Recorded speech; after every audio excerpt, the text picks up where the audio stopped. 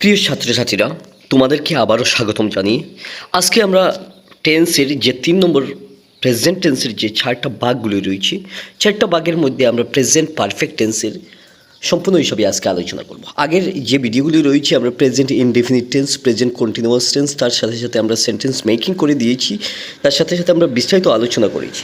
আজকের এই ভিডিওতে কিন্তু আমরা প্রেজেন্ট পারফেক্ট টেন্সের বিষয় নিয়ে বলবো, তার সাথে সাহায্যকারী ক্রিয়া কী কী থাকবে এবং কীরকম এই প্রেজেন্ট পারফেক্ট টেন্সগুলো হয়, প্রত্যেকটি বিষয় নিয়ে আমরা আলোচনা করব। তার সাথে সাথে বাক্য গঠন করতে কীরকম আমরা দেখা মাত্র আমরা বুঝতে পারবো যে এটা প্রেজেন্ট পারফেক্ট টেন্স। আমরা প্রত্যেকটি অবস্থা আমরা খুব ভালো হিসাবে আমরা দেখব, তার সাথে সাথে বুঝবো। তোমরা যদি আগের ভিডিওগুলি না দেখে থাকো তো সরাসরি গিয়ে আগের ভিডিওগুলি প্লেলিস্টে গিয়ে দেখে নিতে পারো। তারপর এই ভিডিওগুলি যদি দেখে থাকো তাহলে তোমাদের অনেক কিছু কনসেপ্ট ক্লিয়ার হয়ে যাবে এবং গ্রামার বিষয় নিয়ে তোমাদের 80% সহজ হয়ে যাবে। আমি আশা করছি তোমরা ভালো হিসাবে এই ভিডিওগুলি দেখবে, কোনো রকম স্কিপ না করে। প্রেজেন্ট পারফেক্ট টেন্সের যদি সংজ্ঞা আমরা বলি তাহলে প্রেজেন্ট পারফেক্ট টেন্স বোঝায় এমন একটি কাজ যা অতীতে শুরু হয়ে এখন এর প্রভাব বা ফল বর্তমানেও আছে। অর্থাৎ আমরা আগে থেকে একটা কাজ শুরু করছি কিন্তু বর্তমান অবস্থায় তার ফল এখনও রয়েছে বা বর্তমানে চলা অবস্থা সম্পূর্ণ হয়েছে, এইরকম যদি অবস্থা হয় তাহলে আমরা এই জায়গা থেকে কিন্তু আমরা প্রেজেন্ট পারফেক্ট টেন্স বলতে পারি। প্রেজেন্ট মানে বর্তমান, পারফেক্ট সম্পূর্ণ হওয়া, এবং কাল মানে সময়কে আমরা বলতে পারি। ঠিক আছে, প্রত্যেকটি অবস্থা আমরা বিস্তারিত বললাম। এখন যা অতীতে শুরু হয়ে এখনও এর প্রভাব বা ফল বর্তমানে আছে তাহাকে আমরা প্রেজেন্ট পারফেক্ট টেন্স বলতে পারি।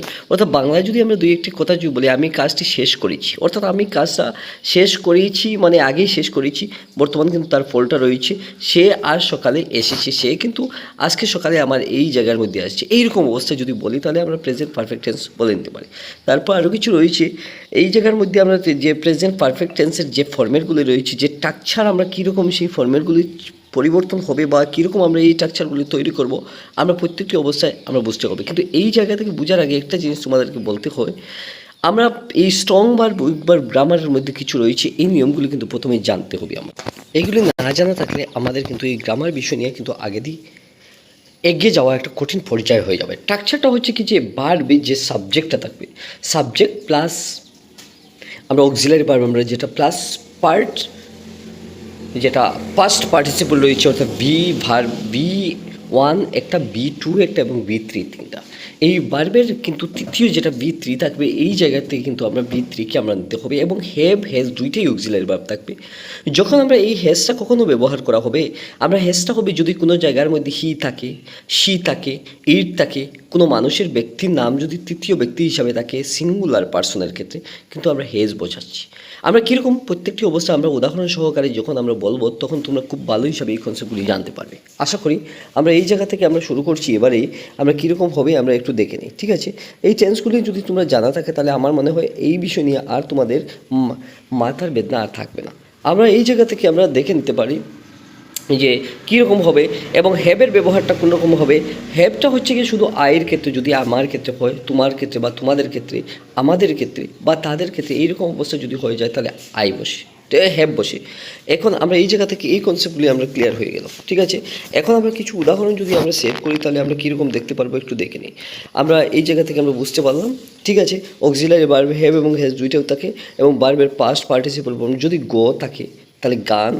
ঠিক আছে, এবং ইট যদি থাকে তাহলে ইটেন, রাইট যদি থাকে তাহলে রিটেন। আমরা সংবার উইকবার কিন্তু আগে প্রথমে জানতে হবে। ঠিক আছে, এরপর আমরা এই জায়গা থেকে বাক্য কিছু উদাহরণ আমরা কীরকম করবো দেখো। I have completed my task. ঠিক আছে, আমি আমার টাস্কটা সম্পূর্ণ করেছি। He has eaten his lunch, তার কানিটা সে সম্পূর্ণ খেয়ে ফেলেছে। They have visited the museum, সে কী করছে মিউজিয়ামটা ভিজিট অর্থাৎ দর্শন করিয়াছে। She has written a letter, সে কী করছে একটা চিঠি লিখেছে। এই যে সম্পূর্ণ হিসাবে যে কাজগুলি কমপ্লিট করেছি অর্থাৎ তার ফলটা কিন্তু এখন অবধি রয়ে গেছে। যেই রকম যদি বাক্যটা থাকে হ্যাভ এবং হ্যাজ এবং ভার্বের B3 ফর্ম যেটা রয়েছে, এই অবস্থা যদি থাকে তাহলে আমরা সরাসরি বুঝতে পারবো যে প্রেজেন্ট পারফেক্ট টেন্স এই জায়গা থেকে হবে। ঠিক আছে, আরও কিছু আমরা দেখি বাংলায়, যে বেঙ্গলি টু ইংলিশ এক্সাম্পল। আমি কাজ শেষ করেছি, I have finished the work. আমি এই যে ফিনিশ সম্পূর্ণ করেছি কাজটা, কিন্তু আমার ফলটা রয়েছে। সে বই পড়েছি, he has read the book, সে বইটা পড়েছে। এর বাদে আমরা সিনেমা দেখেছি, we have watch the movie, আমরা দেখেছি সিনেমাটা। এইরকম অবস্থা। আরও একটু প্র্যাকটিস সেট তোমাদেরকে যদি দেখিয়ে দিই তাহলে তোমাদের কেমন লাগবে একটু মতামত বলতে পারো। এরকম কিন্তু তোমাদের কিন্তু কারেক্ট টেন্স চলে আসবে। আমরা এই জায়গাতে কী কী পাচ্ছি, প্রেজেন্ট পারফেক্ট টেন্সের অক্সিলারি ভার্ব বুঝতে পারলাম, B3 ফর্মটা আমরা দেখতে পাচ্ছি, এবং অক্সিলারি ভার্ব হ্যাভ হ্যাজ দুইটাই জিনিস প্রেজেন্ট পারফেক্ট টেন্সের মধ্যে থাকে। তার সাথে সাথে আমরা কি দেখতে পারলাম, এই জায়গাতে ফিল ইন দ্য ব্ল্যাঙ্কস অর্থাৎ শূন্যস্থান পূরণ, এই জায়গা থেকে দেখতে পাচ্ছি আমরা দেখতে পারলাম যে he dash it his breakfast কীরকম হবে, হ্যাজ ইটেন হিজ ব্রেকফাস্ট, এইরকম থাকবে। অর্থাৎ আমরা এই জায়গা থেকে আমরা ফিল ইন দ্য ব্ল্যাঙ্ক শূন্যস্থান পূরণ, তার সাথে সাথে আমরা কারেক্টেন্স, দুইটি আমাদের কনসেপ্ট ক্লিয়ার হয়ে যাবে।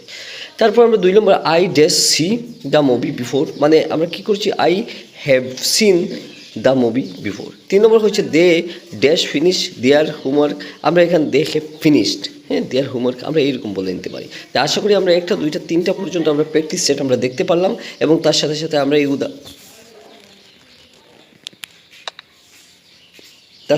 আমরা এই উদাহরণগুলি আমরা দেখতে পারলাম।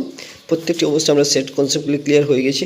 তোমাদের কেমন লাগলো, তোমাদের মতামতগুলি ভিডিও নিচে কমেন্টে জানাতে ভুলবে না। আমরা তোমাদের মতামতগুলি দেখে নতুন নতুন ভিডিও তৈরি করতে চেষ্টা করব। আশা করছি তোমাদের কেমন লাগলো, তোমার অপেক্ষায় থাকছি। ধন্যবাদ।